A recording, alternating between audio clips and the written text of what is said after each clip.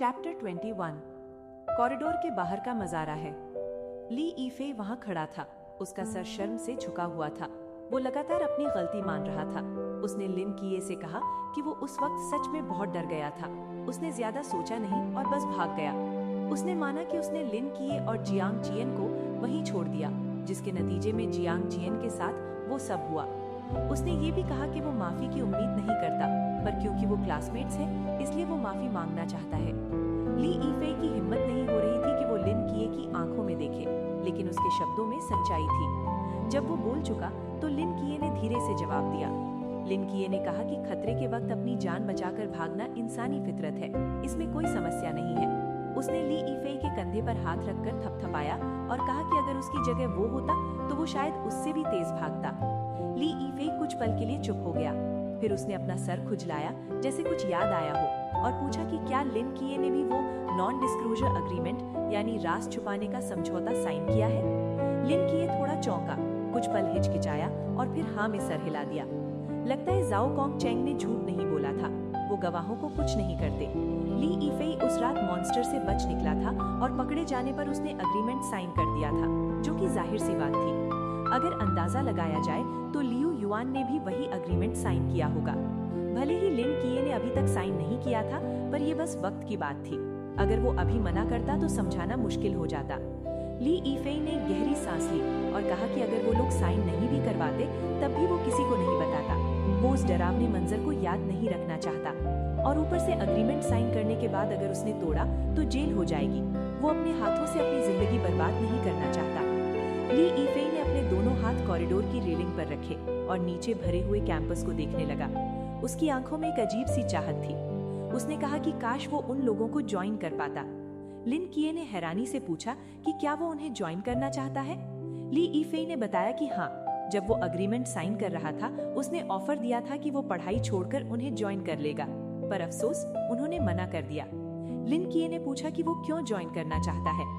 भले ही उसके ग्रेड्स अच्छे नहीं हैं, पर वो जल्द ही इंस्टीट्यूट ऑफ फिजिकल एजुकेशन में एडमिशन लेने वाला है। ली ईफे की आंखें चमकने लगी। उसने कहा कि स्पोर्ट्स स्टूडेंट बनना बोरिंग है, बल्कि एक आम इंसान बनना बोरिंग है।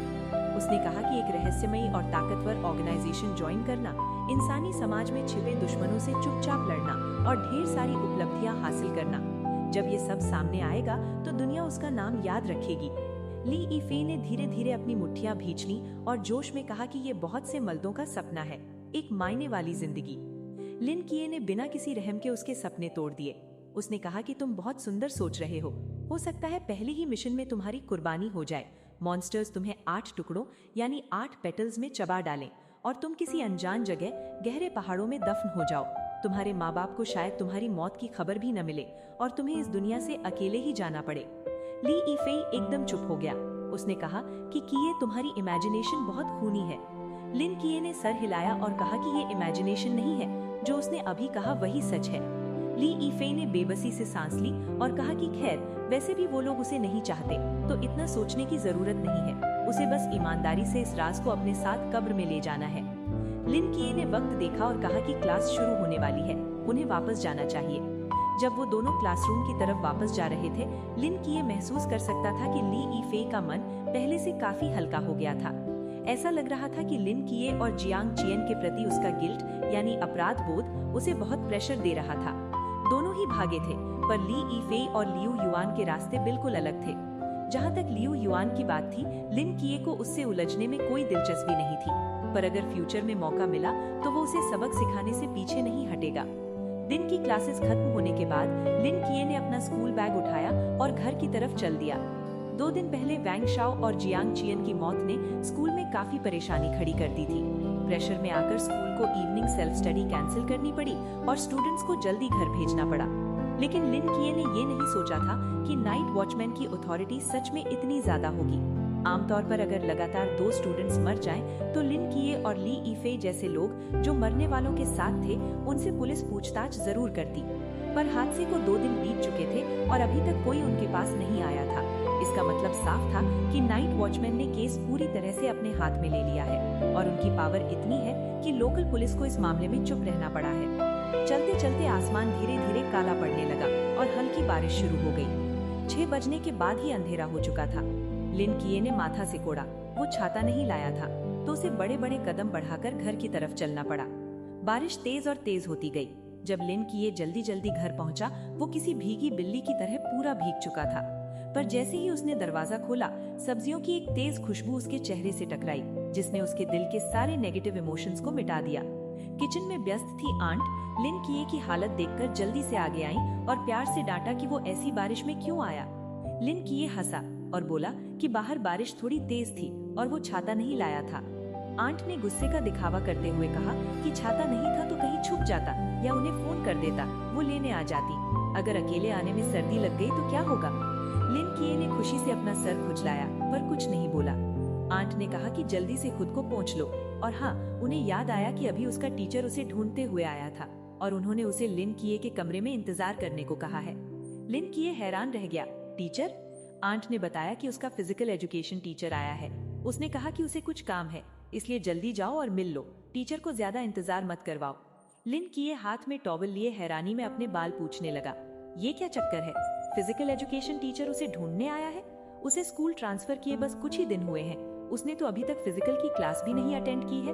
वो उसे क्यों ढूंढेगा? कहीं ऐसा तो नहीं? लिन किए के दिमाग में एक ख्याल आया। उसने टॉवल नीचे फेंका, दरवाजा खोला और जल्दी से अपने कमरे में घुसा। वहाँ एक जाना पहचाना अधेड़ उम्र का आदमी कुर्सी पर टेका लगाकर बैठा था।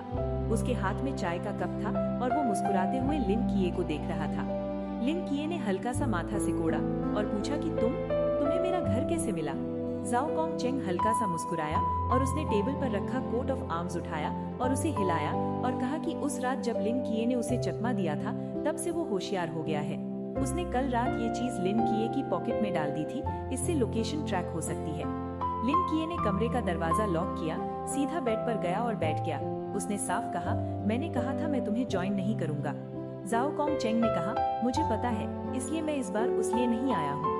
लिन किए ने पूछा कि तुम मुझसे नॉन डिस्क्लोजर अग्रीमेंट साइन करवाने आए हो? जाओ कॉन्ग चेंग ने सर हिलाया और मना किया। उसने बताया कि उसने दूसरों को रिपोर्ट दी है कि लिन किए गायब हो गया है। क्योंकि उसने लिन किए को जाने देने का फैसला किया था, इसलिए वो उसे अग्रीमेंट साइन नहीं कर सकता, वरना वो लोग दूसरों को भेजेंगे उसे मनाने के लिए, और वो लोग इतनी आसानी से डील करने वाले नहीं है जितना कि जाओ है। लिन किए हैरान रह गया, पूछा, तो फिर तुम यहाँ क्यों आए हो?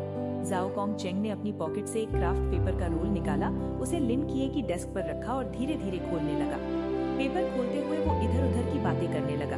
उसने कहा कि नाइट वॉचमैन की तनख्वाह तुम्हारी सोच से कहीं ज्यादा अच्छी होती है। वो इतने सालों से काम कर रहा है और उसके पास काफी सेविंग्स है। जिस पल क्राफ्ट पेपर पूरा खुला, लिन किए की आंखें वहीं जम गईं। उसके अंदर पैसों की एक मोटी गड्डी रखी हुई थी। Chapter 22 the confrontation and the offer. Lin Qiye ने फ्राउन किया और पूछा, तुम्हारा क्या मतलब है? जाओ कॉन्ग चेंग हल्का सा मुस्कुराया, पॉकेट से बड़े आराम से एक सिगरेट निकाली और पूछा, माइंड तो नहीं करोगे? करूंगा। जाओ कॉन्ग चेंग बस देखता रह गया। मजबूरी में उसने सिगरेट वापस रखी, चेयर पर पीठ टिकाई और उसकी आंखों में पुरानी यादें तैरने लगी। जब मैं जवान था, बिल्कुल तुम्हारे जैसा था। सच कहूं, ये शुरुआत थोड़ी पुरानी लग रही है। कोई बात नहीं, कंटिन्यू करो। जाओ कॉन्ग चेंग ने हाथ से सिगरेट का पैकेट रगड़ते हुए कहा, जब मैं 6 साल का था, मेरे पिताजी बीमारी से गुजर गए। मेरी माँ ने 2 जॉब्स करके मुश्किल से मुझे बड़ा किया। उसकी आवाज बहुत शांत थी। उस जमाने की रफ्तार बहुत धीमी थी। मेरी माँ की उम्मीद थी कि मैं जूनियर हाई स्कूल करके वापस आऊं, गांव का कैडर बनूं, शादी करूं, बच्चे पैदा करूं और खुशी से रहूं। तुम्हें तो पता है, जवानी में हर कोई रेबल होता है। मेरे ग्रेड्स अच्छे थे, अगर मैं चाहता तो गांव का कैडर बन सकता था, पर मैंने उनकी बात नहीं मानी और आर्मी ज्वाइन कर ली। उन्होंने मना नहीं किया, पर वो खुश नहीं थी। जिस दिन मैं घर से निकला, वो दरवाजे पर खड़ी बस मुझे देखती रही। जब मैं घर के पीछे पहुंचा, वो मुझे देख रही थी। जब गांव के गेट पर पहुंचा, वो अब भी देख रही थी। बाद में जब शहर के स्टेशन पहुंचा, मुझसे रहा नहीं गया। मैं चुपके से वापस गया देखने, वो वहीं खड़ी थी, उसी दिशा में घूर रही थी जहां मैं गया था, बिल्कुल सुन। सच कहूं, उस वक्त लगा कि सब छोड़कर यहीं रह जाऊं, पर आखिर में मैंने दिल पत्थर किया और फौजी बन गया। जाओ कॉन्ग चेंग ने एक आह भरी। धीरे धीरे मेरा रैंक बढ़ता गया, स्पेशल फोर्सेस में गया और क्लोज कॉम्बैट में अच्छा होने की वजह से नाइट वॉचमैन में ट्रांसफर कर दिया गया। बाद में मैंने छुट्टी लेकर घर जाने का सोचा, माँ से मिलने। तब पता चला जाओ कोंगचेंग अचानक रुक गया। लिन किए ने डरते हुए पूछा, तुम्हारी माँ गुजर गई? नहीं, उन्होंने दूसरी शादी कर ली। लिन किए स्पीचलेस था। मेरी माँ ने जवानी में इतना काम किया था कि उनकी हेल्थ खराब हो गई थी। वो चाहती थी मैं गांव वापस आऊं ताकि उनका ख्याल रख सकूं। जब वो अकेले नहीं रह पाई तो उन्होंने शादी कर ली। कम से कम बुढ़ापे में कोई साथ तो होगा। अफसोस ये था कि मैं तब तक नाइट वॉचमैन ज्वाइन कर चुका था। उनके पास रहकर उनकी सेवा नहीं कर सकता था। सच कहूं तो उनकी शादी की खबर सुनकर मुझे राहत मिली थी। लिन किए ने थोड़ा सोचा, तो मुझे ये सब बताने का मकसद क्या है? जाओ कोंगचेंग धीरे से खड़ा हुआ। लिन किए की आंखों में देखा, हम सबके पास कुछ चीजें होती हैं जो हमें प्यारी होती हैं। बड़े होते होते हम आदत की वजह से उन्हें इग्नोर कर देते हैं और दूसरी चीजों की तरफ भागने लगते हैं। मैं उस वक्त वैसा ही था, पर तुम अलग हो लिन किए। तुम मुझसे ज्यादा समझदार हो। तुम्हारी अपनी सोच है। तुम अपनी फैमिली के साथ रहना चाहते हो। ये सच में बहुत अच्छा है। अब जब तुमने ये रास्ता चुना है तो आगे बढ़ो। दुनिया बचाने का काम हम जैसे लोगों पर छोड़ दो। वो घूमा, टेबल से एक ब्राउन पेपर का पैकेट उठाया और लिन किए को पकड़ाया। मैं अभी तुम्हारी आंट से मिला था। इस जमाने में वैसे लोग कम ही मिलते हैं। मुझे तुम्हारे घर के हालात पता है। ये पैसे रख लो। लिन किए ने बिना हिचकिचाए कहा, मुझे नहीं चाहिए। मैं नाइट वॉचमैन हूँ। मेरे पास पैसों की कमी नहीं है। तो भी मुझे नहीं चाहिए। मैंने तुम्हारी आंट को दिए थे, उन्होंने नहीं लिए, अब तुम्हें लेने होंगे। मेरी आंट नहीं लेंगी। जाओ कोंगचेंग का मुंह फड़फड़ाया। दोनों काफी देर तक एक दूसरे को घूरते रहे। कोई झुकने को तैयार नहीं था। आखिरकार जाओ बोला, लिन किए, मैं बूढ़ा हो गया हूँ। जो रिग्रेट्स मेरे साथ हुए वो दोबारा मेरे सामने किसी और के साथ होते हुए नहीं देखना चाहता। तो आंखें बंद कर लो, मत देखो। लिन किए का एटीट्यूड सख्त था। हम गरीब हैं, पर हमारा भी कोई उसूल है। मैं सोल्जर्स से पैसे नहीं लेता। और वैसे भी अब मेरी आंखें ठीक हैं। मुझ में काबिलियत है। मैं कोई रिग्रेट नहीं होने दूंगा। जाओ कुछ बोलना चाहता था, पर आखिर में बस एक हेल्पलेस स्माइल दी। लिन किए बोला, ये पैसे वापस ले जाओ। अपनी बीवी बच्चों को देना। वो ज्यादा अच्छा नहीं होगा। जाओ ने कहा, मैंने बताया ना, नाइट वॉचमैन का वेलफेयर सिस्टम बहुत अच्छा है। अगर मैं मारा भी गया तो मेरी फैमिली को जिंदगी भर कोई कमी नहीं होगी। अच्छी यूनिवर्सिटी, ब्राइट फ्यूचर, सब मिलेगा। जब वो लिन किए को मना नहीं कर पाया तो उसने वो पैकेट वापस रख लिया। तो क्या तुम्हारा कोई सपना नहीं है? जाओ वापस चेयर पर बैठ गया। आईब्रोज उठाई। मेरा सपना है, बचपन से है। क्या? आर्मी में जनरल बनना, फिर मिलिट्री यूनिफॉर्म पहनकर छाती पर ढेर सारे मेडल्स लगाकर शान से गांव वापस जाना। उन लोगों को दिखाना जो मेरी माँ को नीची नजर से देखते थे कि उनका बेटा एक जनरल है। जाओ की आंखों में एक चमक आ गई थी। लिन किए हैरान रह गया। पता नहीं क्यों जाओ को देखकर उसे ली फेई की याद आ गई। ये दोनों एक जैसे लग रहे थे। तो क्या तुम अब जनरल हो? नहीं, अभी बहुत दूर हूँ। जाओ ने कड़वी हंसी हंसी। और नाइट वॉचमैन होकर मैं मेडल्स पहनकर बाहर नहीं जा सकता। ये सपना आखिरकार बस सपना ही रह जाएगा। लिन किए शांत रहा। चलो, जब ऐसा है तो मुझे चलना चाहिए। जाओ कोंगचेंग खड़ा हुआ। लिन किए के पास गया और अपना राइट हैंड आगे बढ़ाया। तुम्हारे ब्राइट फ्यूचर के लिए शुभकामनाएं लिन किए। लिन किए ने जाओ के चेहरे को देखा। अब वो इतना ग्रीसी नहीं लग रहा था। उसने दोनों हाथों से उसका हाथ जोर से पकड़ा। मैं दुआ करता हूँ कि एक दिन आपको वही मेडल्स मिले, जनरल जाओ। जाओ मुस्कुराया, घूमा और घर के बाहर चला गया। रुको, तुम्हारा coat of arms, Baij. Lin Qiye ने उसे रोका। टेबल से वो बैज उठाया और हिलाया। जाओ ने सर पर हाथ मारा। मेरी याददाश्त देखो, मैं तो भूल ही गया था। ये तो मेरी जान है। बैज लेते हुए जाओ ने पूछा, वैसे तुमने नीचे लिखी लाइंस पढ़ी? पढ़ी? कैसी लगी? हैंडसम है ना? हैंडसम है। तुमने लिखी? नहीं, ये वो कसम है जो हम नाइट वॉचमैन बनते वक्त खाते हैं। जाओ ने बैज को कॉइन की तरह उछाला, पकड़ा और जेब में रख लिया। और रुको, अब क्या हुआ? बाहर बहुत तेज बारिश है। ये छता ले जाओ। शुक्रिया, मैं ये वापस नहीं करूंगा। ले जाओ, समझ लो धरती बचाने का इनाम है। इंटरेस्टिंग। ठीक है, अब मैं सच में जा रहा हूँ। अलविदा। जाओ कोंगचेंग ने काला छता लिया, दरवाजा खोला और बाहर निकल गया। खिड़की पर खड़े होकर लिन किए उसे जाते हुए देखता रहा। बारिश में जाओ अपनी जेब में उस बैज पर उंगलियां फेरता रहा और धीरे से पढ़ा। अगर अंधेरी रात खत्म हो जाए तो मैं हजारों लोगों के सामने खड़ा रहूंगा, एबिस की तरफ चाकू तान लूंगा, खून से आसमान को रंग दूंगा। बारिश और तेज हो गई थी। छता पकड़ी हुए जाओ कोंगचेंग शांति से अपनी काली वैन में बैठा, जेब से सिगरेट केस निकाला और कुछ पल की शांति एंजॉय करने वाला था। तभी अचानक उसका हेडसेट बजा। एक आदमी की आवाज आई। सिगरेट पकड़ा हुआ उसका हाथ अचानक कांप उठा और उसकी आंखों की पुतलियां डर से सिकुड़ गईं। चैप्टर 23 सेलिब्रेशन और द वॉचमैन्स ड्यूटी। शाओची, तुम्हारे टीचर चले गए? झाओ कोंगचेंग को विदा करने के बाद आंटी किचन से जल्दी में बाहर आई। अरे, खाना खिलाए बिना क्यों जाने दिया? ये बच्चा भी ना। लिनकिया ने सर हिलाया। उन्हें कुछ जरूरी काम था, इसलिए डिनर के लिए नहीं रुक पाए। टीचर ने क्या कहा?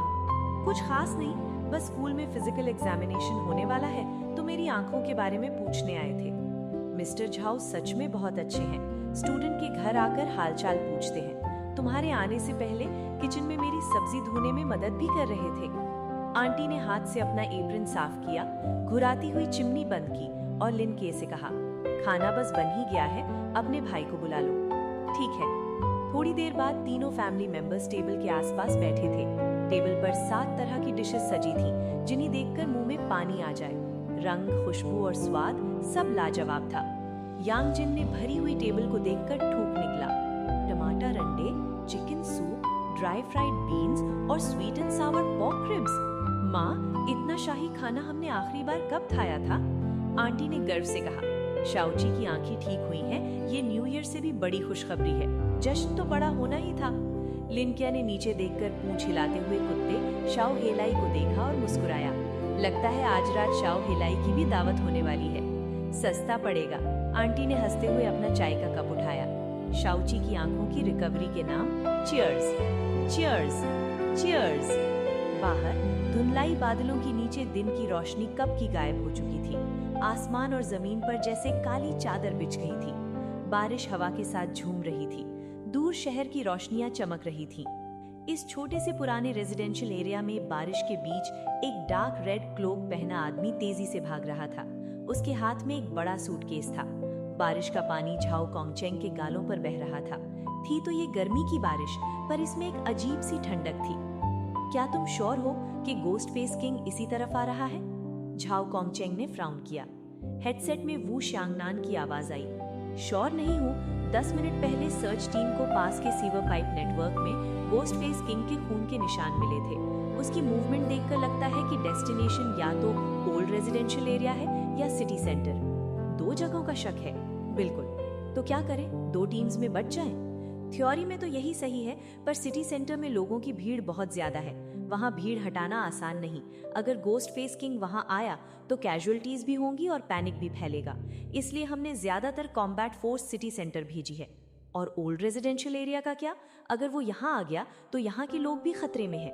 वहाँ लोग कम हैं और दूर दूर रहते हैं। सिटी सेंटर के मुकाबले इवैक्यूएट करना आसान है और अगर वो यहाँ आया भी तो नुकसान कम होगा, है ना? झाओ कोंगचेंग की आवाज में हल्का गुस्सा था। यहाँ रहने वाले भी जिंदा इंसान हैं। ओल्ड झाओ, शांत हो जाओ। वू शांगनान की आवाज बेहद सीरियस थी। मैंने ये नहीं कहा कि ओल्ड रेजिडेंशियल एरिया को छोड़ दो। होंगिंग अपनी टीम लेकर वहाँ आ रही है। तुम्हारा काम है रेजिडेंट्स को जल्द से जल्द इवैक्यूएट करना। और सुनो, अगर गोस्ट फेस किंग वहाँ आ भी जाए तो उससे सीधा मत भिड़ना। तुम उसे डील नहीं कर सकते। जरूरत पड़े तो नो रिंग स्पेस खोलकर उसे ट्रैप कर लेना। झाओ कोंगचेंग की भिंची हुई मुट्ठियां धीरे से ढीली पड़ गईं और उसने आह भरी। समझ गया। भले ही झाओ को बुरा लग रहा था, पर वो जानता था कि यही सही रास्ता है। अगर ghost face king dense area में चला गया तो कुछ लोगों को मारकर वो अपनी इंजरी रिकवर कर लेगा और पब्लिक में पैनिक फैल जाएगा, वो अलग। लेकिन यहाँ ओल्ड रेजिडेंशियल एरिया में लोग कम हैं और दूर हैं। अगर वो यहाँ आता है तो उसे रिकवर करने में वक्त लगेगा और एक्सपोजर के चांसेस कम होंगे। वू शांगनान ने यहाँ भी टीम भेजी है, ये काफी बड़ी बात है। अब उसे बस जल्दी से लोगों को इवैक्यूएट करना था। ये वक्त के साथ दौड़ थी। झाओ कोंगचेंग बारिश में तेजी से भागा। सूटकेस पर गिरती बूंदें टकराकर बिखर रही थी। पास ही धुंधली हवा में वो जाना पहचाना छोटा घर साफ दिख रहा था। वो अभी कुछ मिनट पहले ही वहां से निकला था। झाओ कोंगचेंग का दिल भारी हो गया। हिसाब से अब तक फैमिली ने डिनर शुरू कर दिया होगा। उसे याद आया वहाँ sweet and sour pork ribs थी, टमाटर अंडे और फ्राइड बीन्स थी। अरे हाँ, बीन्स तो उसने खुद धोई थी। लानत है, अभी उस लड़के के सामने हीरो बनकर आया था कि दुनिया बचाने का काम मुझ पर छोड़ दो, और अब दरवाजा खटखटाकर बोलूंगा कि भागो यहाँ से। ये कितना शर्मनाक लगेगा। लेकिन अभी शर्म की चिंता करने का वक्त नहीं था। झाओ कॉन्गचैंग बारिश में आगे बढ़ा, लेकिन तभी एक बेहद घिनौनी बदबू उसके नाक में घुसी। उसकी आंखों की पुतलियां अचानक से गुड़ गईं और वो वहीं जम गया। क्रैश! लला। बारिश का शोर झाओ कॉन्गचैंग के दिमाग में गूंज रहा था। उसने सावधानी से धीरे धीरे गर्दन घुमाई, आंखें फाड़ कर देखा ताकि कोई डिटेल मिस ना हो। फिर उसकी नजर पास ही एक मैनहोल कवर पर पड़ी। बदबू और तेज होती जा रही थी। झाओ कॉन्गचैंग ने सूटकेस का हैंडल जोर से पकड़ा, गहरी सांस ली, थोड़ा झुका और सूटकेस जमीन पर रख दिया। वो अच्छी तरह जानता था कि ये बदबू किस चीज की है। Report: watchman Zhao Congchang, old residential area में गोस्ट फेस किंग मिल गया है। उसने हेडसेट ऑन किया, आवाज बिल्कुल शांत थी। बोलते हुए उसने सूटकेस का बटन दबाया। स्नैप्ड! सूटकेस खुल गया और अंदर 3 बिल्कुल नए बिलबोर्ड्स रखे हुए दिखे। झाओ कॉन्गचैंग ने तीनों बोर्ड्स उठाए, एक वहीं जमीन पर गाड़ा और फिर दूसरी तरफ तेजी से भागा। जैसे ही झाओ की बात खत्म हुई, वू शांगनान की आवाज आई। कॉपी, मैंने ऑर्डर दे दिया है। Night watchman old residential area की तरफ मूव कर रहे हैं। हॉन्गिंग बस पहुंचने वाली है। ज्यादा से ज्यादा 10 minute. 10 minute. Old Zhao, no ring space set करो, उसे टेम्परेरीली ट्रैप करो। झाओ कॉन्गचैंग ने दूसरा बोर्ड लगाया और ट्रायंगल के तीसरे कोने की तरफ भागते हुए बेबसी से बोला, श्यांगनान, नो रिंग स्पेस लड़ाई छुपाने के लिए होता है, लोगों को कैद करने के लिए नहीं। ये गोस्ट फेस किंग को 10 मिनट तक नहीं रोक पाएगा। गल गल गल। बारिश का पानी ढलान से मैनहोल की तरफ बह रहा था, पर अचानक पूरा मैनहोल कवर जोर से कांपा। जो पानी अंदर जा रहा था वो अब उबलते हुए चश्मे की तरह बाहर निकलने लगा। चाहे कुछ भी हो, तुम गोस्ट फेस किंग से सीधा नहीं भिड़ोगे। झाओ कॉन्गचैंग, रेजिडेंशियल एरिया बहुत बड़ा है। अगर वो बाहर आ भी गया तो तुरंत नुकसान नहीं पहुंचा पाएगा। इन 10 मिनट में अगर वो कुछ लोगों को मार भी दे तो उसकी ताकत ज्यादा वापस नहीं आएगी। मिस्ट्री से होने वाली सिविलियन कैजुअलिटीज होती रहती हैं। हम नाइट वॉचमैन भगवान नहीं हैं, सबको नहीं बचा सकते। एक जख्मी गोस्ट फेस किंग के लिए अगर हमने एक कोर टीम मेंबर खो दिया तो ये सौदा महंगा पड़ेगा। ओल्ड झाओ, सुन रहे हो? बूम! मैनहोल कवर किसी तोप के गोले की तरह हवा में उड़ गया। सीवर के काले गड्ढे से एक भयानक हाथ बाहर निकला और फिर एक मॉन्स्टर जो पहले वाले गोस्ट फेस्ड मैन से कई गुना बड़ा था, बाहर कूद पड़ा। झाओ कॉन्गचैंग शांति से ये सीन देख रहा था। धीरे से उसने आखिरी नोटिस बोर्ड जमीन पर रखा, अपनी उंगली काटी और बोर्ड पर खून से एक सीधी लकीर खींच दी। श्यांगनान, तुम्हें वो कसम याद है? झाओ कॉन्गचैंग ने अपने सामने खड़े गोस्ट फेस किंग को घूरा। वो थोड़ा सा झुका और उसकी नजर साइड में उस छोटे घर पर पड़ी। अगर अंधेरी रात खत्म हो जाए तो मैं हजारों लोगों के सामने खड़ा रहूंगा। इस बार मेरे पीछे हजारों लोग नहीं हैं, लेकिन मेरे पीछे वो बच्चा और उसकी पूरी दुनिया है। उसके हाथ अचानक जुड़ गए। एक इनविजिबल कैनवस ने उस छोटे से ट्रायंगल को ढक लिया। Forbidden ruins, no ring space.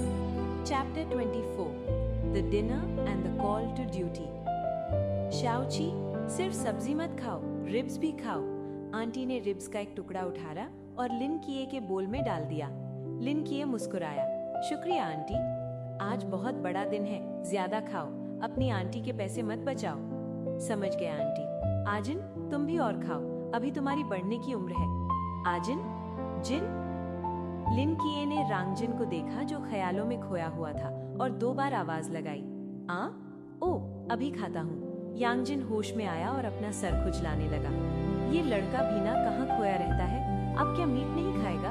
Aunty ने यांगजिन को घूरा और उसके बोल में भी मीट के कुछ टुकड़े डाल दिए। शायद आजिन पर होमवर्क का प्रेशर ज्यादा है, लिन किए ने हंसते हुए कहा और जो हड्डी अभी चबाई थी उसे उठाया। उसने इधर उधर देखा, चेहरे पर थोड़ी हैरानी थी। आंटी को भी याद आया, अजीब है, वो काला कुत्ता यानी श्याओ हेले कहाँ है? वैसे तो खाने में सबसे आगे रहता है, आज हड्डी देखकर भी गायब है। जैसे किसी ने उसे बुलाया हो, श्याओ हेले ने बालकनी से सर निकाला और भौंका, वुफ।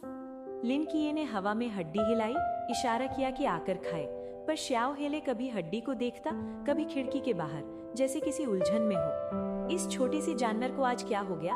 आंटी ने शक से पूछा। लिन किए थोड़ा हिचकिचाया, हड्डी लेकर खड़ा हुआ और बालकनी तक गया और उसने कुत्ते के सर पर हाथ फेरा और धीरे से पूछा, क्या हुआ तुझे? हाँ, बाहर कुछ है क्या? लिन किए ने हड्डी जमीन पर फेंक दी। जब कुत्ता उसे चबाने लगा, लिन किए खड़ा होकर खिड़की के बाहर देखने लगा। अंधेरी रात में बस मूसलाधार बारिश हो रही थी। दूर दूसरी बिल्डिंग्स पर कोई रोशनी नहीं थी। दुनिया इतनी खामोश थी जैसे सिर्फ ये अंतहीन बारिश ही बची हो। अजीब है, कुछ भी नहीं। लिन किए बड़बड़ाया और मुड़ने ही वाला था कि अचानक खिड़की पर ठक ठक की आवाज आई, जैसे कोई खटखटा रहा हो। लिन किए ने पलट कर देखा तो खिड़की के बाहर एक छोटा सा चमगादड़ यानी बैट दिखा। वो बारिश में भीगा हुआ लग रहा था और बार बार खिड़की से टकरा रहा था, शायद छुपने की जगह ढूंढ रहा था। लिन किए की आंखें चमकने लगी। याद आया स्टारी नाइट डांसर से उसे रात के जीवों से बात करने की एबिलिटी मिली थी, जो अब तक उसने यूज नहीं की थी। चमगादड़ मिलना मुश्किल होता है, लगता है ट्राई करने का मौका मिल गया। तो लिन किए चुपचाप खिड़की के पास खड़ा होकर उस चमगादड़ को देखने लगा। श्याओची, वहाँ क्या कर रहे हो? जल्दी आओ, खाना ठंडा हो रहा है। आंटी ने उसे खोया हुआ देखकर आवाज लगाई, लेकिन लिन किए बिल्कुल किसी मूर्ति की तरह बिना हिले काफी देर तक खड़ा रहा। अभी आंटी कुछ और बोलने ही वाली थी कि अचानक लिन किए ने सर घुमाया। उसकी आंखें कांप रही थी। वो तेजी से दरवाजे की तरफ भागा और जूते पहनने लगा। श्याओची, क्या कर रहे हो? अचानक कुछ याद आया, मैं थोड़ी देर के लिए बाहर जा रहा हूँ। पागल लड़के, क्या बोल रहे हो? बाहर अंधेरा है और इतनी तेज बारिश है, कहाँ जाओगे? कुछ काम है, बहुत जरूरी है। तो खाने का क्या? वापस आकर खाऊंगा। आंटी की हैरान नजरों के सामने लिन किए ने जूते पहने, जल्दी से दरवाजा खोला और बाहर निकलने ही वाला था, तभी यांगजिन की आवाज आई, भाई बाहर बहुत तेज बारिश है, मत जाओ। नहीं, मुझे जाना होगा। चाहे कितना भी जरूरी हो, करने वाले और लोग भी हैं। अगर धरती से तुम चले भी गए तो भी ये घूमती रहेगी। पर कुछ चीजें हैं जो मुझे ही करनी पड़ेंगी। लिन किए ने गहरी सांस ली और उसके मुंह के कोने पर स्माइल आ गई। ज्यादा चिंता मत करो, छोटा सा काम है, होते ही आ जाऊंगा। आखिर इतना अच्छा खाना बना है, बर्बाद थोड़े ही करूंगा। चलता हूँ। लिन किए ने जल्दी से दरवाजा बंद किया और तेजी से सीढ़ियां उतर गया। जब लिन किए चला गया तब आंटी को होश आया। वो भागकर दरवाजे पर गई और चिल्लाई, पागल लड़के, इतनी बारिश है, छाता तो ले जाता। कॉरिडोर में लिन किए के कदम दूर होते जा रहे थे, पर कोई जवाब नहीं आया। आंटी ने बेबसी से आह भरी, वापस अपनी सीट पर बैठी और अचानक उन्हें लगा कि सामने रखा खाना अब बेस्वाद हो गया है। और यांगजिन बस चुपचाप बैठा रहा, खिड़की के बाहर होती तेज बारिश को देखता रहा, खामोश। बारिश के बीच खट खट खट। जाओ कोंगचेंग ने लाइटर कई बार दबाया, पर जो चिंगारी निकलती वो बारिश के बूंदों से बुझ जाती। मुंह में सिगरेट दबाए उसने बेबसी से आह भरी, आज की किस्मत सच में खराब है। जे उससे थोड़ी दूर घोस्ट फेस किंग बारिश में किसी शैतान की तरह खड़ा था। उसकी परछाई से ही दबाव महसूस हो रहा था। ये घोस्ट फेस किंग आम घोस्ट फेस लोगों से काफी अलग था। सिर्फ साइज में ही ये उनसे दुगना बड़ा था। दूर से किसी पहाड़ी जैसा लग रहा था। और तो और आम घोस्ट फेस लोग जानवरों की तरह 4 पैरों पर चलते हैं, पर ये जमीन पर पैर जमाए सर उठाए खड़ा था। अगर उसके सफेद भूत जैसे चेहरे और लंबी लाल जीभ को इग्नोर कर दें तो ये काफी हद तक इंसान जैसा लग रहा था। पर ये खतरनाक और डरावना घोस्ट फेस किंग जख्मों से भरा हुआ था। हर चोट जैसे मांस और खून में खुदी हुई थी और उसके शरीर से खून टपक रहा था। जाओ कोंगचेंग ने उसके जख्मों को देखकर होंठ चबाए। कैप्टन भी कमाल है, सच में बुरी तरह मारा है इसे। लगता है मेरे साथ प्रैक्टिस करते वक्त वो हाथ हल्का रखते थे। रिवर के मॉन्स्टर्स भले ही जख्मी हों, फिर भी उनकी ताकत अबनॉर्मल होती है। पता नहीं इसके सामने कितनी देर टिक पाऊंगा। बड़बड़ाते हुए जाओ कोंगचेंग का हाथ कंधे तक गया, स्ट्रेट नाइफ का हैंडल पकड़ा और धीरे से उसे बाहर निकाल लिया।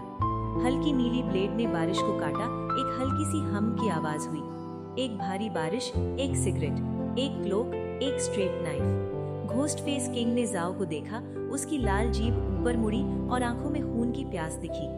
एक पल में दोनों एक साथ हिले। हाथ में स्ट्रेट नाइफ लिए जाओ कोंगचेंग किसी तीर की तरह उड़ता हुआ गया।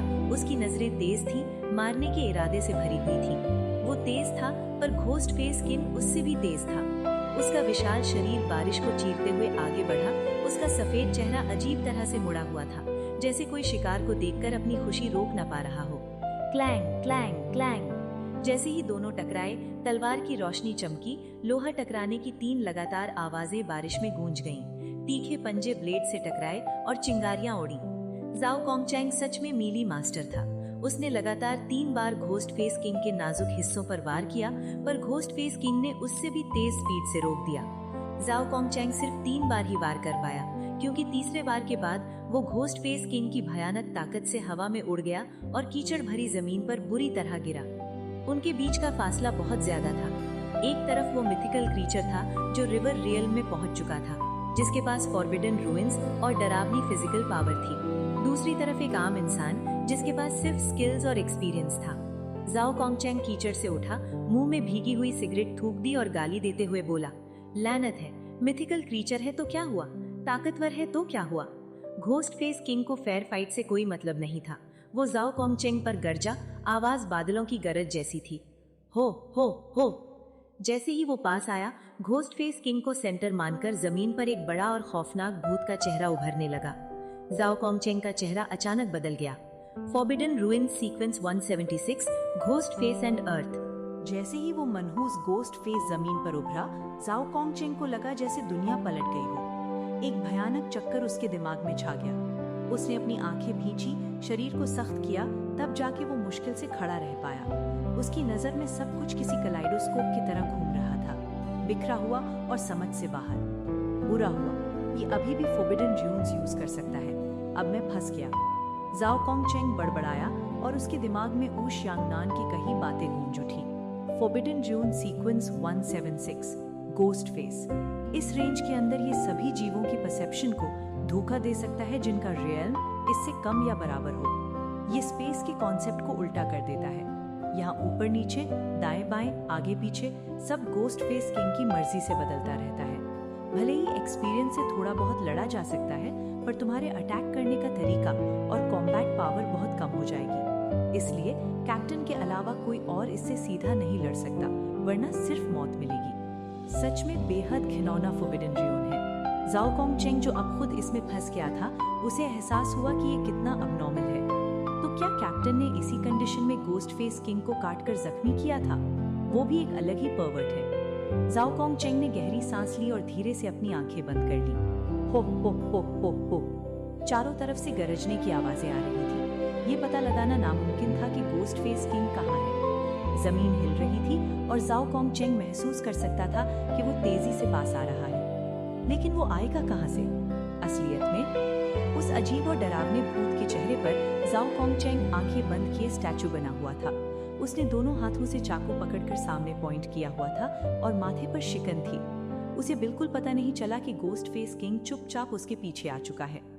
जाओ कॉन्गचैंग के दिमाग में साइट, हियरिंग, स्मेल और टच सब तेजी से बदल रहे थे, जैसे किसी पावरफुल वॉशिंग मशीन में डाल दिया गया हो। गलत इन्फॉर्मेशन का सैलाब आ रहा था। असलियत पहचानना नामुमकिन था। घोस्ट फेस किंग ने अनजान जाओ कॉन्गचैंग को घूरा और उसके सफेद चेहरे पर खूनी मुस्कुराहट आई।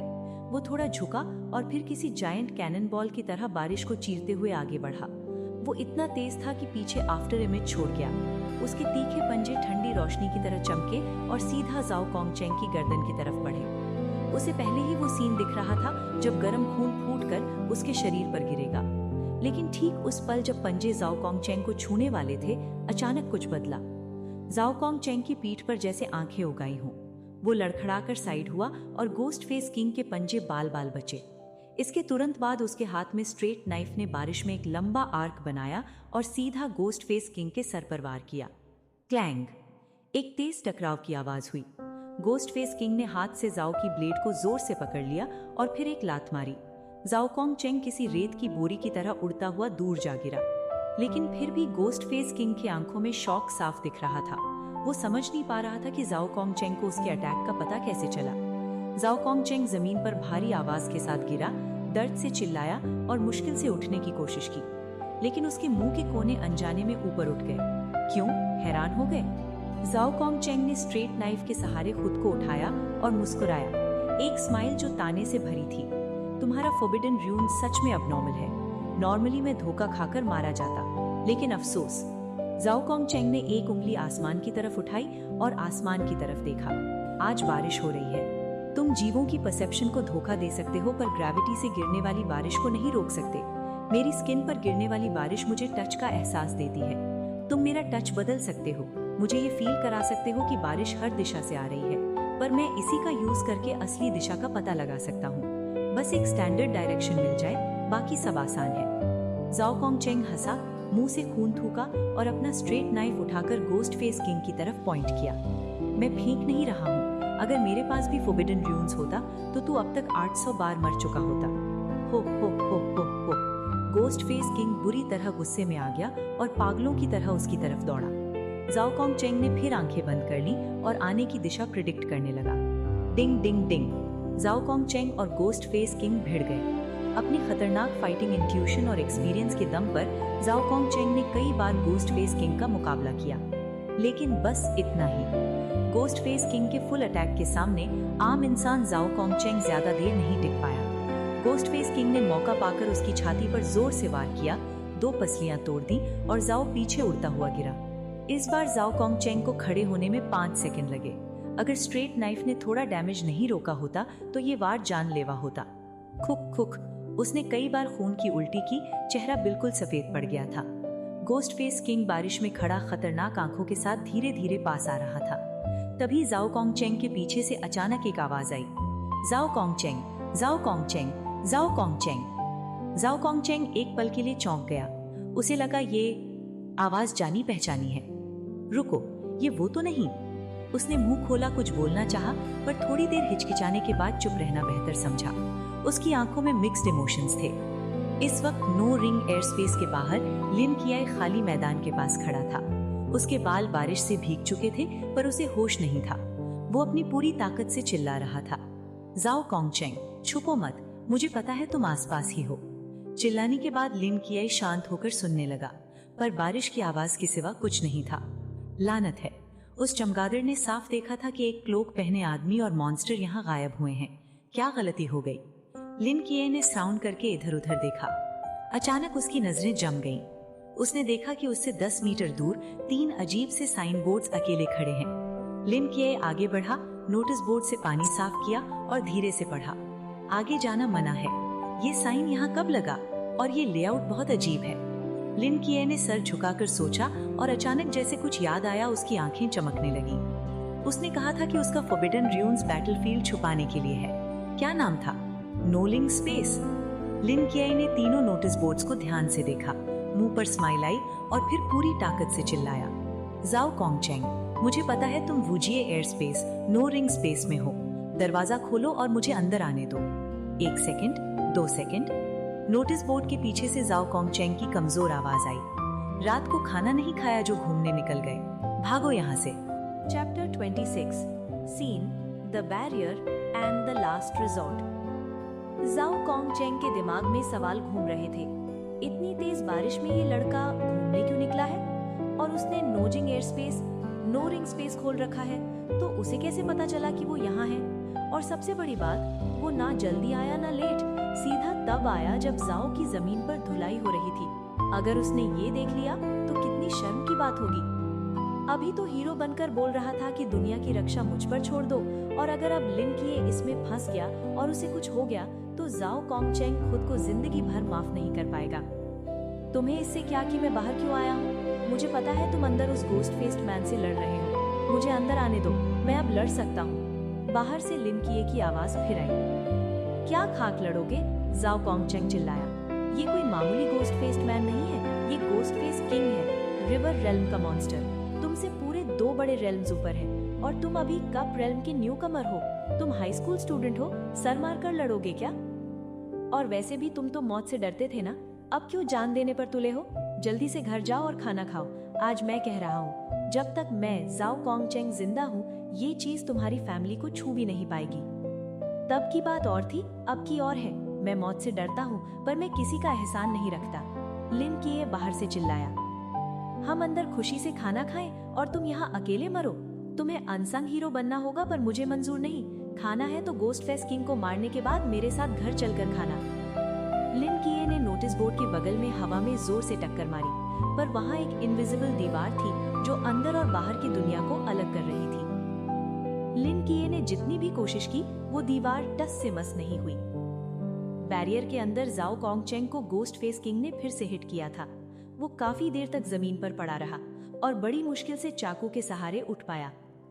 कोशिश मत करो हुक, भले ही मेरे पास रेल्म नहीं है, पर ये नो रिंग स्पेस ची रेल्म से नीचे वालों को रोकने के लिए काफी है।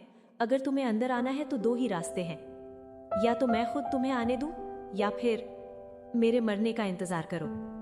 तुम मेरा नो रिंग स्पेस भी नहीं तोड़ सकते, तो यहाँ गोस्ट फेस किंग के सामने आने का क्या फायदा? मौत को दावत देना है बस। जाओ कॉन्ग चेंग की नजरें गोस्ट फेस किंग पर जमी थी और उसकी आवाज धीमी होती जा रही थी। आखिरी बात बोलने के बाद बाहर से आने वाली आवाजें बंद हो गई। कोई टक्कर, कोई शोर नहीं। जाओ कॉन्ग चेंग ने इंतजार किया। 1 सेकंड, 2 सेकंड, 3 सेकंड। उसके मुंह के कोने पर एक स्माइल आ गई। ये हुई ना बात। चुपचाप घर जाओ और खाना खाओ, बाकी काम हम नाइट वॉचमैन पर छोड़ दो। जाओ कॉन्ग चेंग बड़ी मुश्किल से सीधा खड़ा हुआ, जोर जोर से हाँफ रहा था। मुंह के कोने से खून टपक रहा था। हर सांस के साथ दर्द इतना होता था कि शरीर कांप उठता। उसका शरीर अपनी हद तक पहुंच गया था। उसके सामने गोस्ट फेस किंग बारिश में किसी पहाड़ की तरह खड़ा था। वो नए और पुराने जख्मों से भरा हुआ था, पर अभी भी पूरी तरह से एक्टिव था और गिरने का नाम नहीं ले रहा था। ये थी एक मिथिकल क्रीचर की एबनॉर्मल ताकत। जाओ कॉन्ग चेंग ने एक हाथ में चाकू पकड़ा और दूसरा हाथ कांपते हुए अपनी जेब में डाला। थोड़ी देर बाद उसने वहां से एक कोट ऑफ आर्म्स यानी बैज निकाला। बैज पर 2 क्रॉस्ड नाइव्स बने हुए थे और नीचे नाम लिखा था जाओ कॉन्ग चेंग। धुंधली होती आंखों के साथ जाओ कॉन्ग चेंग को वो वक्त याद आया जब वो नया नया नाइट वॉचमैन बना था। Coat of arms night watchman की जान होती है, सिर्फ विश्वास के लिए नहीं बल्कि लड़ाई में भी। इस बैज के अंदर एक छोटी सी सुई होती है, स्विच दबाते ही वो बाहर निकलती है। उस सुई पर गोस्ट स्पिरिट नाम का ड्रग लगा होता है। ये ड्रग बॉडी में जाते ही इंसान का सारा पोटेंशियल एक शॉर्ट टाइम के लिए जला देता है। जिनके पास पहले से फॉरबिडन रूइंस है, उनकी ताकत कई गुना बढ़ जाती है। अगर तुम्हारे पास फॉरबिडन रूइंस नहीं है, तो गोस्ट स्पिरिट जबरदस्ती तुम्हारी बॉडी को स्टिमुलेट करेगा और लाइफ सोर्स में छुपे उस फॉरबिडन रूइन को बाहर खींच लाएगा जो कभी रिवील नहीं हुआ। मतलब ड्रग के असर तक एक बिना पावर वाला इंसान भी फॉरबिडन रूइंस हासिल कर सकता है। ये दुश्मन के साथ खुद को खत्म करने का तरीका है, एक डेस्परेट सिचुएशन में पलटवार करने का तरीका है। और उन सोल्जर्स के लिए जिनके पास पावर नहीं है, ये जिंदगी में एक लौता मौका है अपना खुद का फॉरबिडन रूइंस एक्सपीरियंस करने का। जब तक आखिरी रास्ता ना बचे, इसे यूज मत करना। हाथ में बैज पकड़े जाओ कॉन्ग चेंग लड़खड़ा रहा था। पास आते गोस्ट फेस किंग को देखकर वो मुस्कुराया। तुम्हें पता है मैंने इस दिन का कब से इंतजार किया है? मूसलाधार बारिश। खून से मिली बारिश जाओ के हाथ से बहकर बैज पर गिर रही थी। जाओ को परवाह नहीं थी कि गोस्ट फेस किंग सुन रहा है या नहीं। वो बारिश में बड़बड़ाया। मर्दा लोग हमेशा सुपरनैचुरल पावर्स के सपने देखते हैं, सोचते हैं एक दिन हवा में उड़ेंगे, एक मुक्के से पहाड़ तोड़ देंगे। इतने साल नाइट वॉचमैन रहने के बाद मैं हमेशा अपने फॉरबिडन रूइंस के जागने का इंतजार करता रहा, पर अफसोस 40 का हो गया और अब तक कुछ नहीं मिला। सच कहूं तो नाइट वॉचमैन में बिना पावर के रहना बहुत मुश्किल है। जब कैप्टन और बाकियों को पावर्स यूज करते देखता था तो दिल में जलन होती थी। वो कितने हैंडसम लगते थे लड़ते हुए। बाद में मैंने सोचा अगर कभी ऐसा दुश्मन मिला जिसे मैं हरा ना सकूं, तो मरने से पहले गोस्ट स्पिरिट जरूर ट्राई करूंगा। अपना फॉरबिडन रूइंस देख लूं तो मरते वक्त भी चेहरे पर हंसी होगी। खैर, शुक्रिया मुझे ये मौका देने के लिए। जाओ कॉन्ग चेंग ने हथेली खोली और बारिश के पानी से बैज को धुलने दिया। उंगली से बैज के साइड में हल्का सा प्रेस किया और एक पतली चांदी की सुई बाहर निकल आई। उसने गहरी सांस ली और वो सिल्वर नीडल अपनी हथेली में घुसा दी। लानत है, थोड़ा दर्द हो रहा है, जाओ कॉन्ग चेंग ने दांत पीसते हुए गाली दी। जैसे ही सुई ने स्किन को चीरा, जाओ कॉन्ग चेंग को लगा जैसे शरीर का सारा दर्द किसी लहर की तरह वापस चला गया हो। एक ऐसी ताकत का एहसास हुआ जो पहले कभी नहीं हुआ था। उसके शरीर का हर सेल जैसे ड्रग के असर से नाचने उठा, नई एनर्जी से भर गया। दिल किसी युद्ध के मैदान में बजते हुए ढोल की तरह तेज और ताकतवर धड़कने लगा। उसी वक्त जाओ के अंदर से एक मिस्टीरियस फोर्स फील्ड निकला और चारों तरफ फैल गया। जाओ की आंखें चमक उठी। गोस्ट फेस किंग ने खतरा भांप लिया। एक हल्की गुर्राहट के साथ वो बारिश में दौड़ा और डरावनी रफ्तार काइनेटिक एनर्जी के साथ जाओ की तरफ लपका। जाओ की झुकी हुई पीठ सीधी होने लगी। चाकू पकड़ने वाला हाथ और सख्त हो गया। बारिश चाकू पर गिरकर टिन टिन की आवाज कर रही थी। बारिश में खड़े होकर चाकू ताने हुए उसकी आंखों में एक ऐसी चमक थी जो पहले कभी नहीं देखी गई थी। उसने हाथ उठाया, तेजी से आते हुए गोस्ट फेस किंग की तरफ एक बार दूर से ही कर दिया। चाकू की धार से 4-5 मीटर बड़ा काला अर्धचंद्र ब्लैक क्रेसेंट निकला। उसने बिना आवाज के बारिश के पर्दे को काटा और पलक झपकते ही उनके बीच की दूरी को चीर दिया। ये ब्लैक क्रेसेंट इतना तेज था कि गोस्ट फेस किंग को मुड़ने का मौका भी नहीं मिला। नतीजा ये हुआ कि एक कटा हुआ डरावना हाथ हवा में उछल गया। एक बार में गोस्ट फेस किंग का हाथ कट गया। जाओ कॉन्ग चेंग चाकू पकड़े हुए था और उसके मुंह के कोने कंट्रोल से बाहर होकर ऊपर उठ गए। वो आसमान की तरफ देखकर जोर से हंसा। फॉरबिडन रूइंस सीक्वेंस 083 झिलमिलाता चांद। हा, मुझे पता था, मैं जाओ कॉन्ग चेंग, मैं एक जीनियस हूँ साला। Chapter 27 The Forbidden Ruins and the Final Strike. Trash, crash. बारिश मूसलाधार हो रही थी। जाओ कॉन्ग चेंग के हाथ में सीधा चाकू था। उसका गहरा लाल क्लोक पूरी तरह भीग चुका था और वो खुद खून से सना हुआ था, पर उसकी आंखें तारों की तरह चमक रही थीं। तो ये होता है फोरबिडन रूइंस। कूल, बहुत ही ज्यादा कूल। उसके सामने खड़ा घोस्ट फेस किंग अपने खाली राइट आर्म यानी दाएं हाथ को हैरानी से देख रहा था। उसका सफेद भूत जैसा चेहरा सदमे से टेढ़ा मेढ़ा हो गया था। वो समझ नहीं पा रहा था कि जो चूहा अभी तक एक तरफा पिट रहा था, उसने अचानक इतनी भयानक ताकत कैसे निकाल ली। लेकिन वो इतना समझदार नहीं था और उसके पास वक्त भी नहीं था। जाओ कॉन्ग चेंग हिला। घोस्ट स्पिरिट ड्रग की ताकत से उसका शरीर सारे दर्द भूल चुका था और अपनी बेस्ट कंडीशन में वापस आ गया था। वो किसी तीर की तरह घोस्ट फेस किंग की तरफ उड़ा। घोस्ट फेस किंग की आंखें लाल हो गईं। अपना दायां हाथ खोने के बाद वो पूरी तरह गुस्से में पागल हो गया था। उसके मसल्स फूल गए, पूरा शरीर स्वेल हो गया। उसने घुटने मोड़े और जमीन से एक बड़ी छलांग लगाई, जिससे ढेर सारा पानी उड़ गया। हवा में दोनों फिगर्स बेहद तेजी से टकराए। Boom boom boom. उनकी मूवमेंट्स इतनी तेज थीं कि वो धुंधली दिख रही थीं। काले आधे चांद यानी ब्लैक क्रेसेंट्स हर दिशा में फैल रहे थे और आसपास की जमीन पर गहरे चाकू के निशान छोड़ रहे थे। पहले जाओ कॉन्ग चेंग का चाकू घोस्ट फेस किंग की डिफेंस तोड़ नहीं पा रहा था। ताकत और स्पीड में वो बहुत पीछे था। यही वजह थी कि वो बुरी तरह पिट रहा था। पर अब फ्लिकरिंग मून के साथ जाओ कॉन्ग चेंग की मारने की ताकत डरावनी लेवल पर पहुंच गई थी। हर बार घोस्ट फेस किंग के शरीर पर गहरा खूनी निशान छोड़ रहा था। भले ही ताकत और स्पीड में जाओ अब भी घोस्ट फेस किंग से कम था, पर लीथैलिटी यानी घातकता की कमी पूरी होने के बाद बाकी कमी वो अपने एक्सपीरियंस से पूरी कर रहा था। अपनी कमजोर फिजिकल फिटनेस के बावजूद वो सामने वाले को जमीन पर गिराकर कूट सकता था। ये साबित हो गया कि जाओ कॉन्ग चेंग झूठ नहीं बोल रहा था। जब उसके पास फोरबिडन रूइंस हो तो वो घोस्ट फेस किंग को 800 बार मार सकता है। अगर उसे काफी वक्त मिलता तो वो अकेले ही घोस्ट फेस किंग को खत्म कर देता। लेकिन मुसीबत ये थी कि उसके पास वक्त नहीं था। घोस्ट स्पिरिट इंसान का पोटेंशियल तो जगा देता है, पर उसका असर ज्यादा देर नहीं रहता। फोरबिडन रूइंस यूज करते हुए करीब 10 सेकंड हो चुके थे और अब उसके पास वक्त बहुत कम बचा था। लड़ाई के बीच में जाओ कॉन्ग चेंग साफ महसूस कर सकता था कि उसकी ताकत गायब हो रही है और दबाया हुआ दर्द वापस आ रहा है। यहाँ तक कि वो काले क्रेसेंट मून्स भी छोटे होते जा रहे थे। घोस्ट फेस किंग ने शायद ये बदलाव महसूस कर लिया, इसलिए उसने बिना हिचकिचाए अपनी बची कुची ताकत लगाकर और अग्रेसिव हमला किया।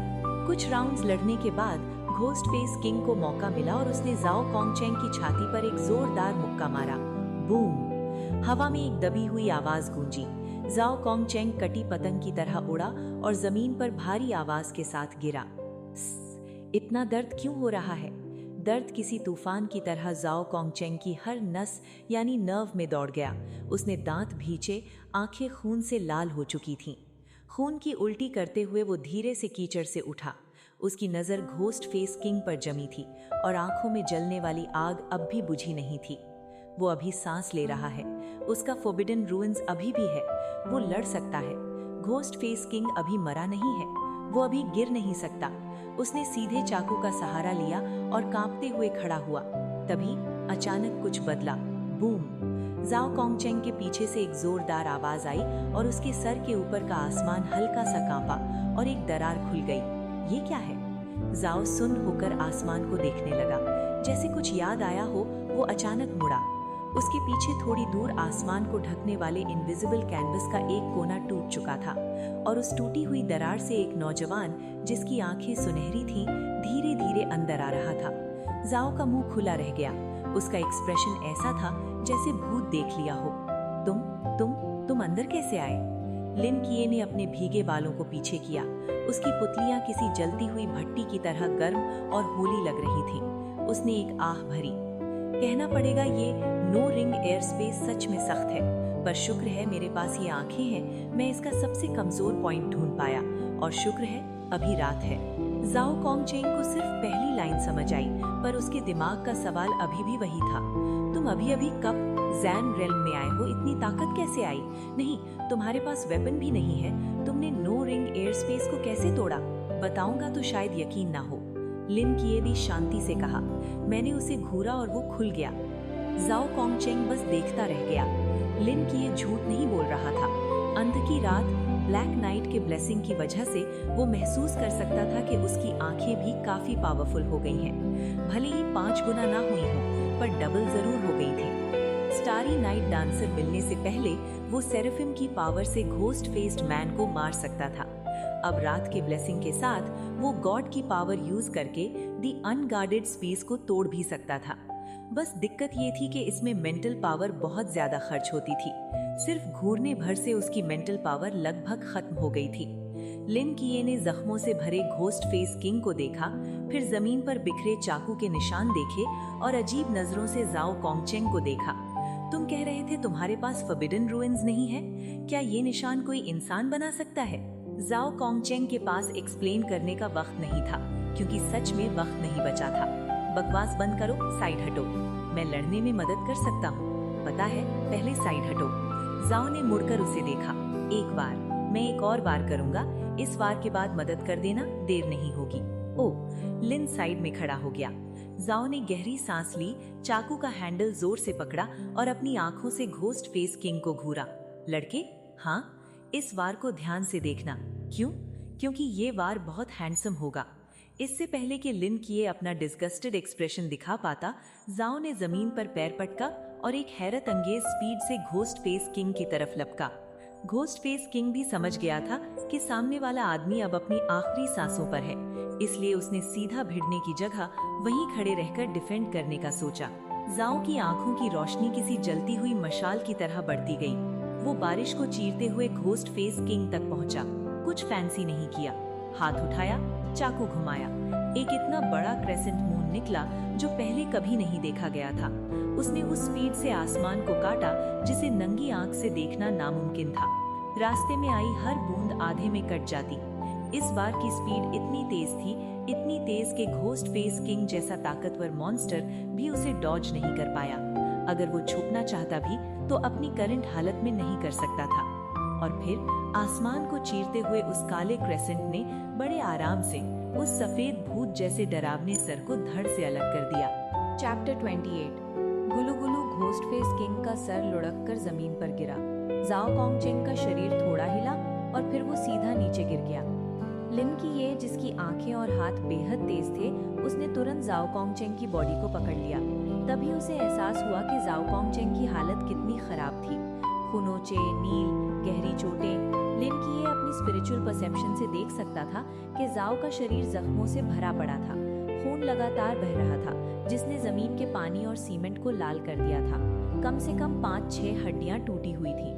लिन की ये सोच भी नहीं सकता था कि इतनी सीरियस इंजरीज के बाद जाओ कोंगचेंग खड़ा कैसे हुआ था। सबसे डरावनी बात ये थी कि लिन की ये महसूस कर सकता था कि जाओ की बॉडी तेजी से खत्म हो रही थी। उसकी वाइटैलिटी राख में बचे हुए अंगारों की तरह थी, जो धीरे धीरे बुझती जा रही थी। लिन की ये सुन होकर जाओ कोंगचेंग के बगल में बैठ गया।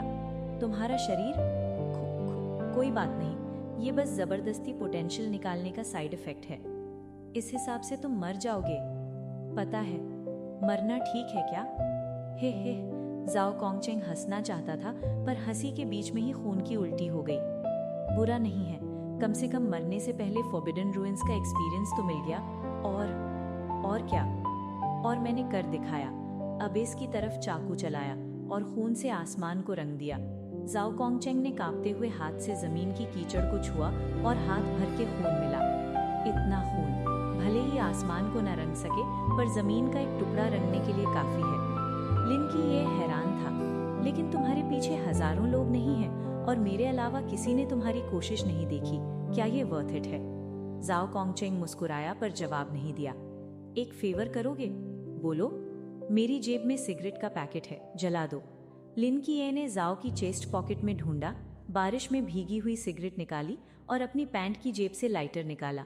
सिगरेट जाओ के मुंह में लगाई और हाथ से बारिश को रोककर लाइटर जलाया। खटखट हुश, एक छोटी सी आग जली और सिगरेट सुलग गई। जाओ कॉन्गचेंग ने एक गहरी सांस ली और धुआं छोड़ा, जैसे उसका पूरा शरीर आराम में आ गया हो। वो सिगरेट पी रहा था, अपनी आंखों से ग्रे आसमान को देख रहा था। बारिश उसके चेहरे पर गिर रही थी, गालों से बह रही थी। लिन की ये, हाँ, मैंने घोस्ट फेस किंग को एक बार में काट दिया, तुमने देखा? देखा? जाओ कॉन्गचेंग के मुंह के कोने खुशी से ऊपर उठ गए। वो बहुत खुश था। लिन की ये ने सर हिलाया और कुछ बोलने ही वाला था कि अचानक उसका पूरा शरीर हल्का सा कांप उठा। उसने अकड़ी हुई गर्दन घुमाई और दूर कीचड़ में देखा एक भारी भरकम बिना सर वाली लाश धीरे धीरे उठ रही है। उसके शरीर पर वो सफेद और अजीब सा भूत का चेहरा किसी पैरासाइट की तरह तेजी से रेंग रहा था। पैरों से पीठ पर, पीठ से छाती पर और आखिर में वो घोस्ट फेस किंग की छाती पर उगाया, और जो सर अभी कटा था उस पर वो चेहरा गायब हो चुका था। लिन की एक ही आंखों की पुतलियां अचानक सिकुड़ गईं। घोस्ट फेस किंग अभी मरा नहीं है। बारिश अभी भी गिर रही थी। जाओ कॉन्गचेंग आसमान को देख रहा था, अभी भी उस सीन को याद कर रहा था। उसने लिन की ये के चेहरे में आए बदलाव को नहीं देखा। साला वो बंदा जिसे कैप्टन भी नहीं मार पाए, उसे मैंने काट दिया।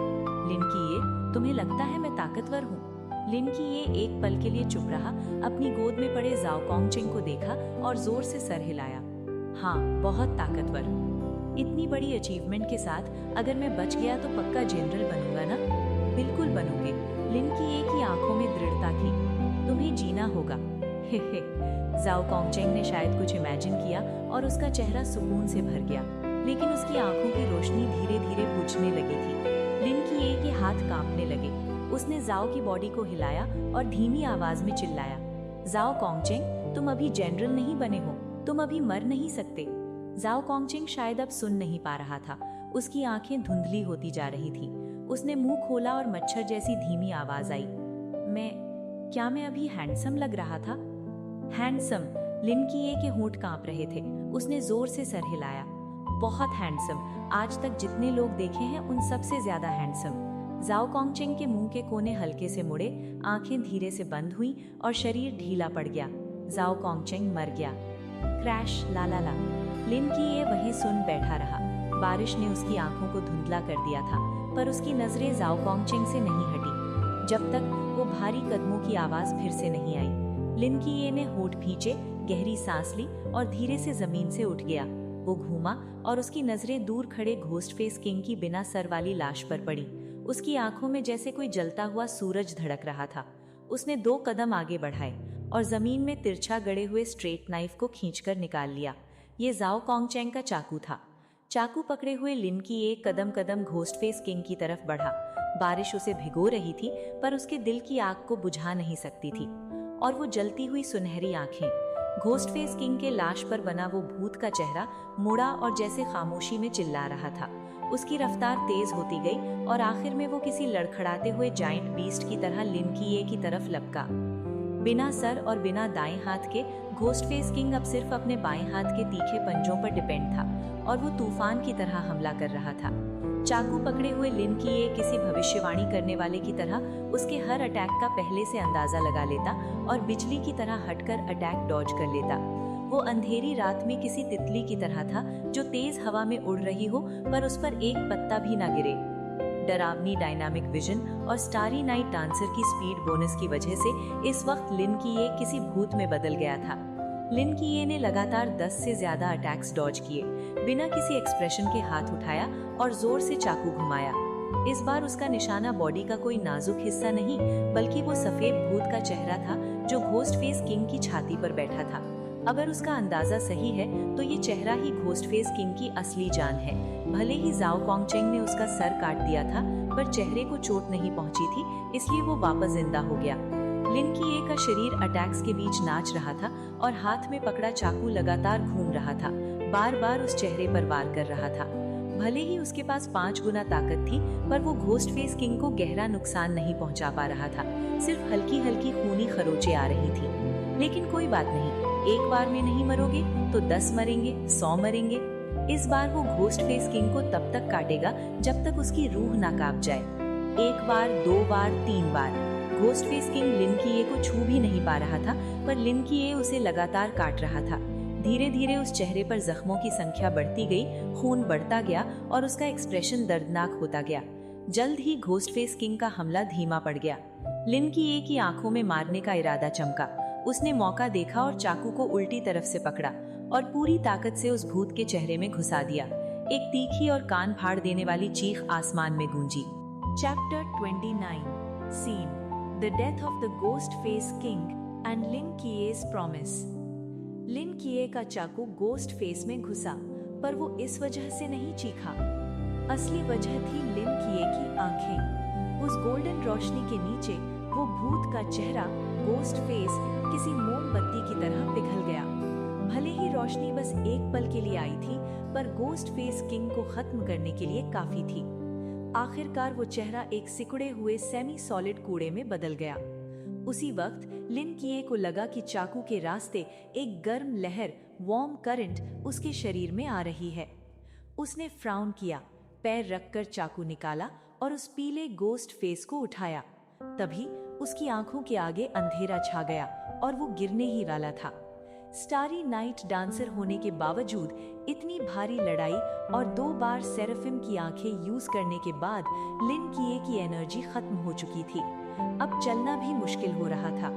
जैसा जाओ कॉन्ग चेंग ने कहा था, अगर वो पहले जख्मी न होता और जाओ अपनी जान देकर उसे और कमजोर न करता, तो लिन कीए कभी गोस्ट फेस किंग को नहीं हरा सकता था। ये थी चुआन जिंग की ताकत। बारिश उसके गालों पर गिर रही थी। वो खून भरी जमीन पर लड़खड़ाता हुआ जाओ कॉन्ग चेंग की लाश के पास गया और धीरे से बैठ गया। मैंने कहा था ना, हीरो बनना आसान नहीं होता। लिन कीए ने ठंडे पड़ चुके जाओ को देखा और बड़बड़ाया, तुमने अपनी जान लगा दी, पर कितने लोगों को पता है? तुम्हें पता है, अभी भी सिटी सेंटर में लोग केटीवी में गाना गा रहे होंगे, हॉट पॉट खा रहे होंगे, होटल में मजे कर रहे होंगे, और तुम यहाँ खामोशी से मर गए।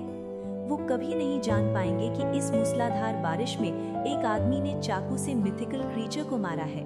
वो खुश हैं क्योंकि किसी ने उनके लिए जान दी है। क्या ये वर्थ इट है?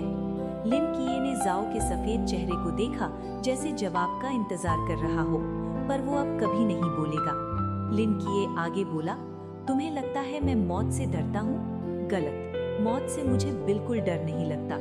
एक बच्चा जिसने बचपन से एंजल्स देखे, अंधा हुआ, मेंटल हॉस्पिटल में रहा, क्या वो मौत से डरेगा? मैंने अंधेरे में कई बार अपनी जान लेने की कोशिश की, पर रोशनी ने मुझे बचा लिया।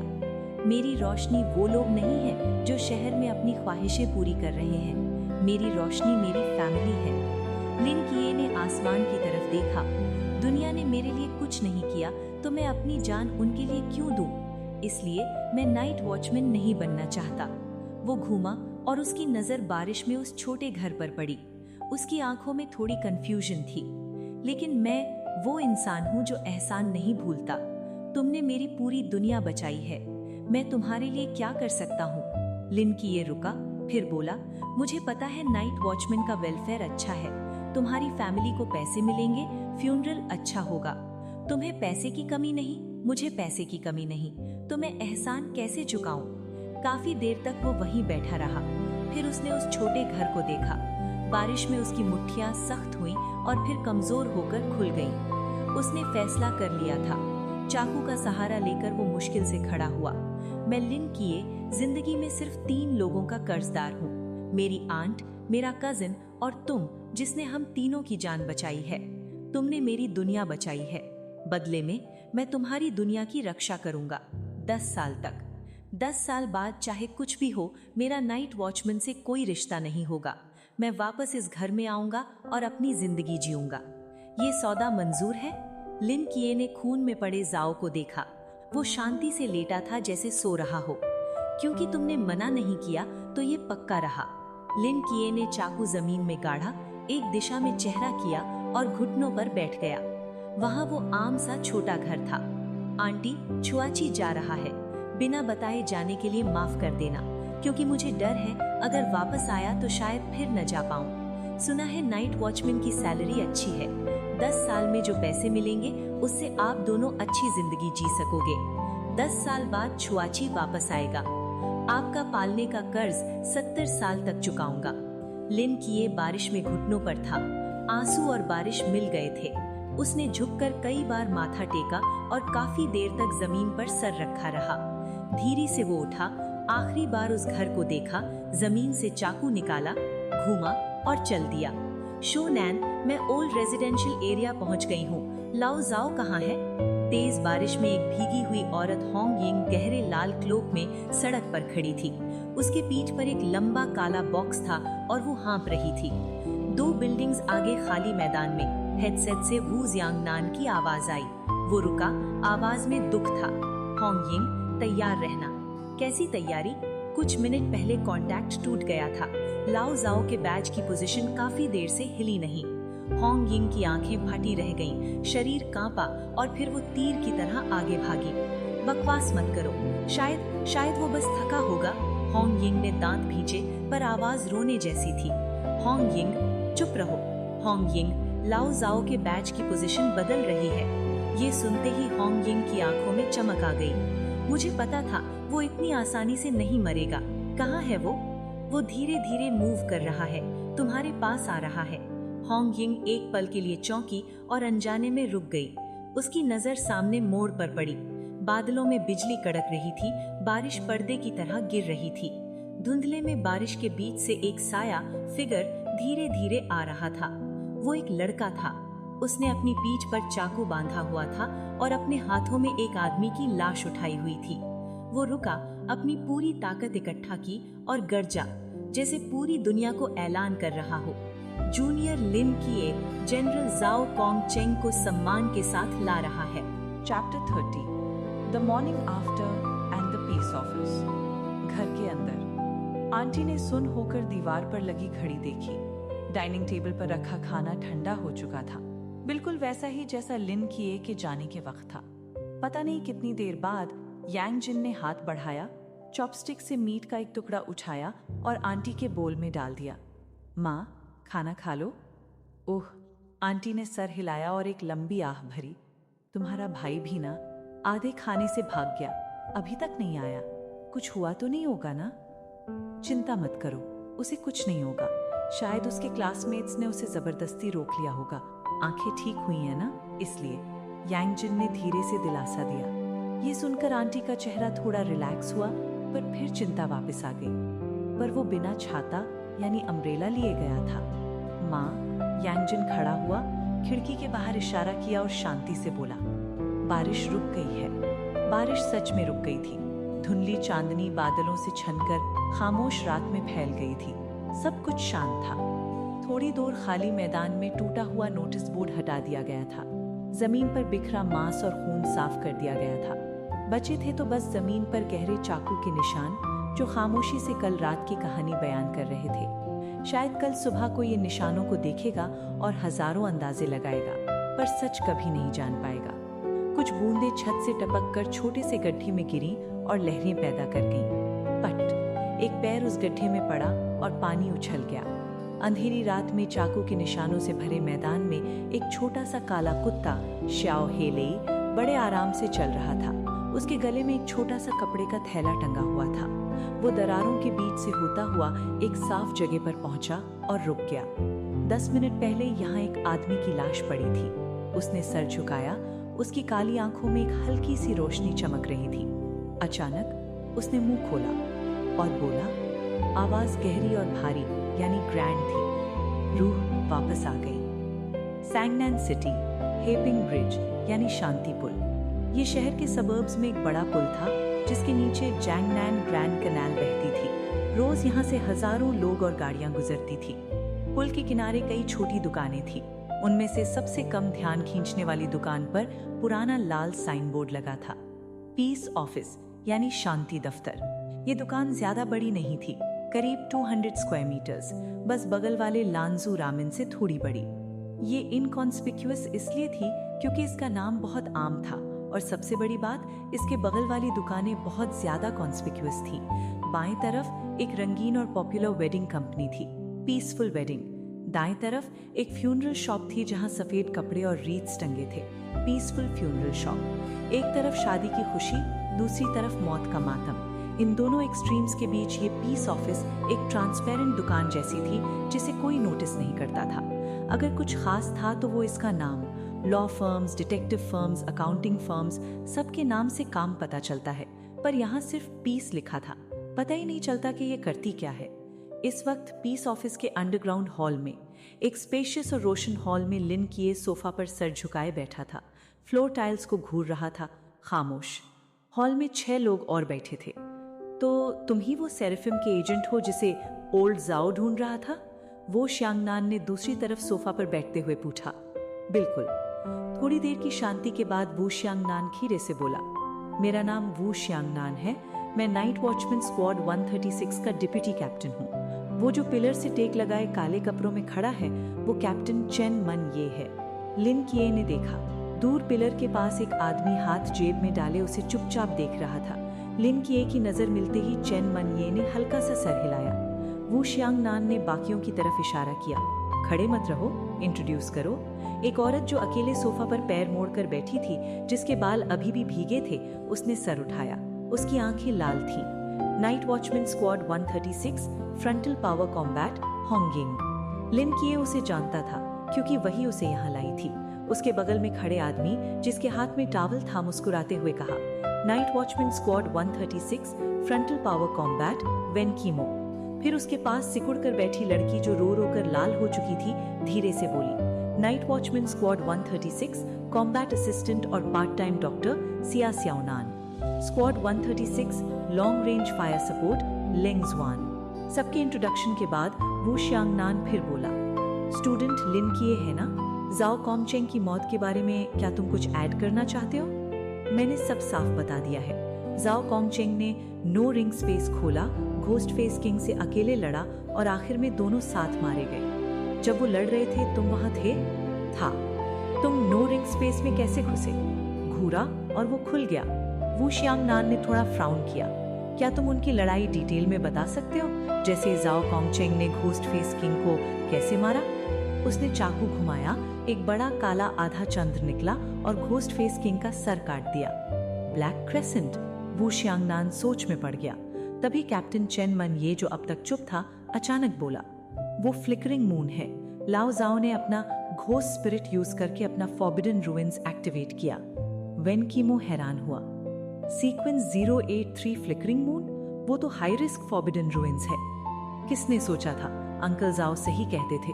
मुझे लगता वो बस खुद की तारीफ करते हैं। सिया स्याओनान ने रोते हुए धीरे से कहा, नहीं, वो खुद की तारीफ ही करते थे। चेन मन ये के मुंह पर हल्की सी मुस्कान आई, आंखों में यादें चमक गईं। सोचो, अगर उसने अपना फॉरबिडन रूइंस देखा होगा तो उसे खुद यकीन नहीं आया होगा ना। अगर हम वहां होते तो वो पक्का हमें पकाता कि उसका फॉरबिडन रूइंस सबसे हैंडसम है। होंगिंग को कुछ याद आया और वो हल्की सी मुस्कुराई, पर जल्द ही उसकी आंखें फिर उदास हो गईं। वू श्यांगनान ने लिन किए की आंखों में देखा और फिर सवाल किया, एक और बात, घोस्ट फेस किंग की बॉडी पर फेटल वुंड्स यानी मौत के जख्मी लगातार चाकू के हैं और कुछ अजीब से जलने के निशान भी हैं, पर फ्लिकरिंग मून में जलने की पावर नहीं होती। ये कैसे हुआ? लिन किए ने फ्राउन किया, वू श्यांगनान की आंखों में देखा और एक एक शब्द जोर देकर कहा, मैंने पहले ही साफ बता दिया है। जाओ कॉमचेंग में घोस्ट फेस किंग को अकेले सामना किया और आखिरी सांस तक लड़ा, और आखिर में उसने अकेले ही घोस्ट फेस किंग को मार गिराया।